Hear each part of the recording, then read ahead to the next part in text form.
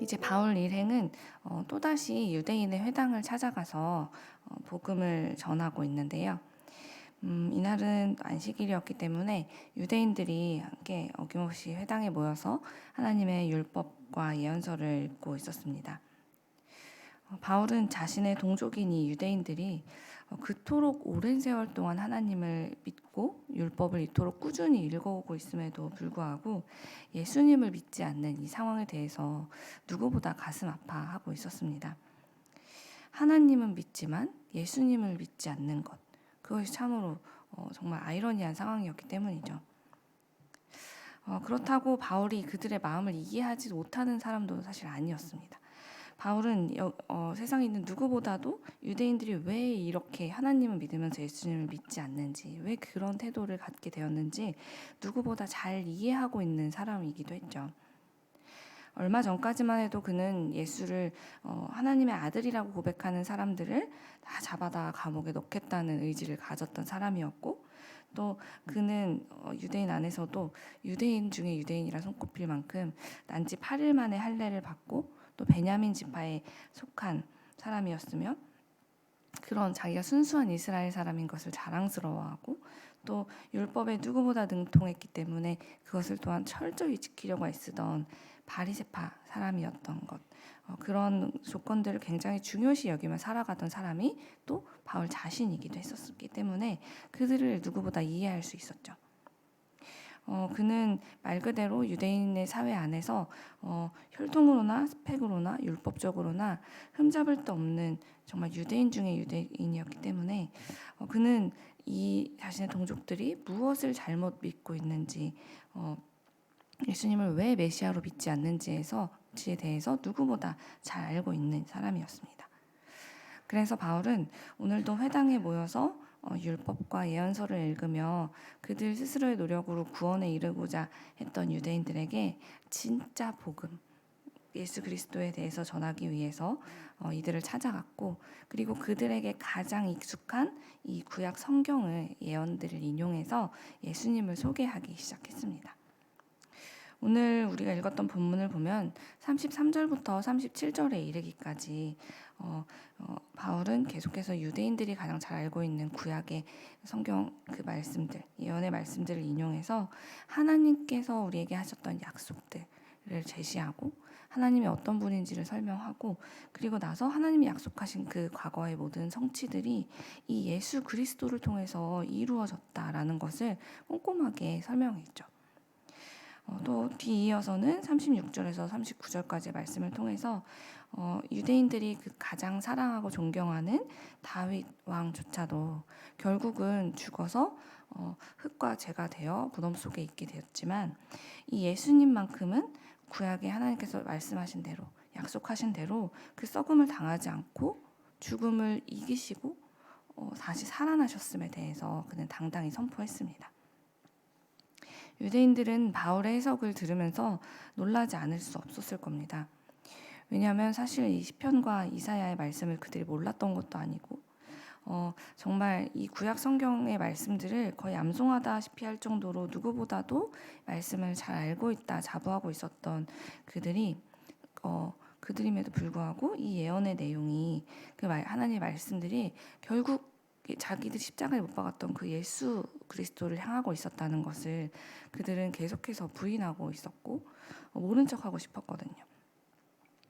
그들이 아마도 이토록 부인했던 이유는 너무나 오랫동안 그들의 민족이 기다렸던 그 메시아의 모습, 그들이 상상했던 메시아의 모습과 눈앞에 나타났던 예수님의 모습이 너무나도 달랐기 때문입니다. 자기들의 기대와는 너무나 다르게 정말 소박하고 능력이 없어 보이는 그 청년이 자신들을 구원하기 위해는 가진 거라고는 정말 조금도 없어 보이는 그런 예수를 메시아로 믿기에는 영 미흡해 보이고 저런 사람을 믿기 위해 우리가 이렇게 오랫동안 우리 민족이 기다렸나 하는 생각이 들었을지도 모릅니다. 메시아라면 적어도 로마의 황제보다는 강력한 힘과 권위를 가진 사람일 거라 믿었는데, 메시아라면 적어도 지금 눈앞에 나타난 예수 그리스도보다는 능력 있기를 바랬던 유대인들로서는 사람이 보기에 사람의 마음에 조금이라도 흡족할 요소를 하나라도 가진 모습이길 바랬을 텐데 그러지 못한 예수님을 보면서 유대인들은 결국 예수님을 거절하고 십자가에 못 박는 일까지 자행하고 말았죠. 어리석은 유대인들은 하나님께서 약속하신 그대로 메시아를 보내주셨음에도 불구하고 자신들이 기대했던 구원자의 모습이 아니라는 이유로, 우리가 요구했던 것과는 다른 모습이라는 이유로 예수님을 거부하고, 그리고 하나님께서 정하신 그 구원의 길, 예수 그리스도를 통해서 그분을 믿는 것만으로 모두를 구원하겠다는 그 하나님이 정하신 길을 자신들이 스스로 그분을 잡아다가 십자가에 사형에 처하게 함으로 인해서 거절하겠다는 것을 들으면서 마음이 굉장히 어려웠을 겁니다. 그리고 예수님을 십자가에 다시 못 박은 것도 모자라서 이들은 다시 자신들이 만들었던, 자신들이 정했던 그 구원의 길, 즉 순수한 이 선민으로서의 혈통을 강조하고 모세의 율법을 지키는 것을 통해서 구원을 얻을 수 있다라고 정했던 그 길들을 다시금 스스로 이게 구원의 길이라고 믿으면서 그 가짜 복음을 만들어 스스로를 위안하며 살았던 이 모습들에 대해서 바울은 지금 꼬집고 있는 것이죠. 정통 유대인으로서 이들이 어떤 지금 잘못을 저지르고 있는지에 대해서 너무나 잘 알고 있었던 바울은 그래서 이 유대인들이 자신이 원하는 말을 위해서 하나님의 율법조차도 곡해하고 있는 이 현실을 제대로 찝어주고 아주 명확하게 복음을 제시하게 된 것입니다. 저는 오늘 38절부터 39절의 말씀을 읽으면서 참 마음이 뜨거워졌는데요. 제가 조금 더 쉽게 우리말 성경으로 38절과 39절을 읽어드리겠습니다. 그러므로 내 형제들이여, 예수를 통해 죄 용서를 받을 수 있다는 소식이 여러분에게 선포되고 있음을 알기 바랍니다. 여러분이 모세의 율법으로는 의롭게 될 수 없었던 모든 것에서도 예수를 믿는 사람은 누구나 의롭다고 인정을 받게 되는 것입니다. 이렇게 바울은요, 그동안 우리 이제 자신을 포함해서 이 눈앞에 있는 유대인들이 구원의 길이라고 굳게 붙잡았던 그 모세의 율법을 통해 의롭게 된다는 것이, 그것이 사실이 아니라 오직 예수 그리스도를 믿고 의롭다고 인정을 받게 될 때 우리에게 유일한 구원의 길이 열린다는 이 복음을 지금 전하고 있는 것입니다. 사랑하는 여러분, 우리 역시 구원은 오직 예수 그리스도를 통해서만 우리에게 임한다는 것을 날마다 믿으며 살아가야만 합니다. 이단들이 말하는 것처럼 자기들만 아는 이 특별한 말씀의 비밀을 알아야 구원을 받는다거나, 또는 자기들에게만 있는 이 거듭남의 비법을 알아야 한다고 구원을 받을 수 있다라는 그 거짓말들에 속지 마십시오. 또는 때로 법 없이도 정말 이 사람은 살 사람이야 라는 말을 들을 만큼 정말 겉모습이 훌륭하고 바른 사람들의 모습을 보면서 저렇게 살아야 정말 구원받는 게 아닐까라는 그런 유혹에도 흔들리지 마십시오. 구원은 오직 우리 하나님께서 보내주신 구원자 예수 그리스도를 믿을 때만 우리에게 허락되는 것임을 믿으시기 바랍니다. 바울은 이처럼 구원을 위한 특별한 길이 우리에게만 있어 라고 착각하고 있는 유대인들에게 아주 분명하게 전하고 있습니다. 할례를 받거나 율법을 지켜서 유대인들처럼 되어야만 구원을 받는 게 아니라 오직 예수님의 십자가와 부활을 믿을 때 우리는 죄를 용서받고 의롭다함을 얻는다라고 말이죠. 의롭다함을 얻는다라는 것은 법정 용어라고 하는데요. 의롭다라는 선고를 받는다라는 뜻이라는 겁니다. 문법적으로는 수동태, 즉 내가 내 힘으로 노력해서 이루어질 수 있는 게 아니라 이 의라는 것은 오롯이 외부로부터 우리에게 주어지는 것이라는 거죠. 내 힘으로는 절대 조금도 얻을 수 없는 것.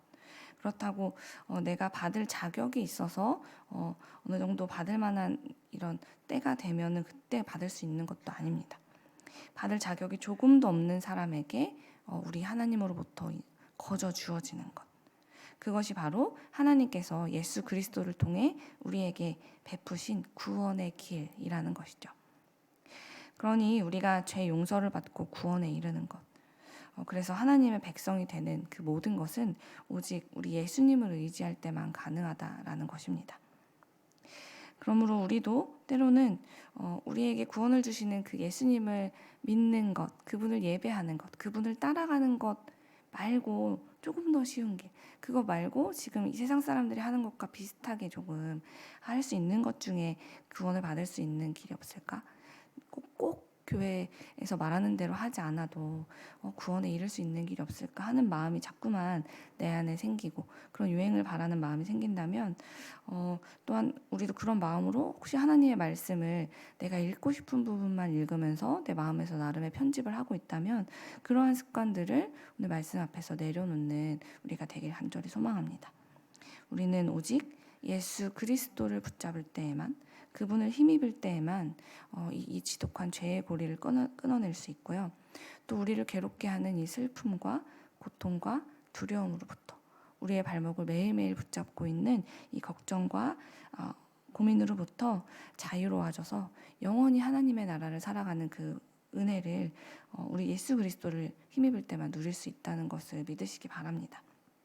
때로는 비록 그래 예수님은 우리를 구원해 주신다고 했지. 하지만 언젠가 우리가 죽음 이후에 그때 겪는 일이잖아. 지금 당장 내가 겪고 있는 이 상황에서는 지금 구원받지 못하고 있잖아. 라는 그런 의심과 두려움과 막막함과 또 절망하고 싶은 마음이 찾아올지라도 예수님께서는 단지 우리 이후에 죽음의 이후에 삶만 우리를 구원해 주시는 분이 아니라 반드시 지금 이 자리에서부터 우리를 이 힘든 현실에서부터도 구해주실 구원자임을 신뢰하면서 오늘도 우리 예수 그리스도를 믿고 따라가기를 결단하신다면 우리는 반드시 예수님께서 죽음을 이기고 다시 살아나서 그분의 부활을 통해 보여주신 그 부활을 우리의 삶에서 반드시 경험하게 될 것입니다. 오늘도 그 사실을 믿으면서 잠시 잠깐 살게 될 이 세상에서 편하려고 우리가 잠시 잠깐 이 땅에서 누릴 그 달콤함을 얻기 위해 예수님의 손을 놓는 일이 우리의 삶 속에 없기를 간절히 소망합니다. 세상의 유혹에 흔들려서 잠시 잠깐 있다 사라질 것들을 붙잡느라 영원히 우리에게 생명을 주시고 영원한 소망을 주시는 우리 예수님을 놓치는 일이 없게 되기를 간절히 소망하며 오늘도 기도의 자리로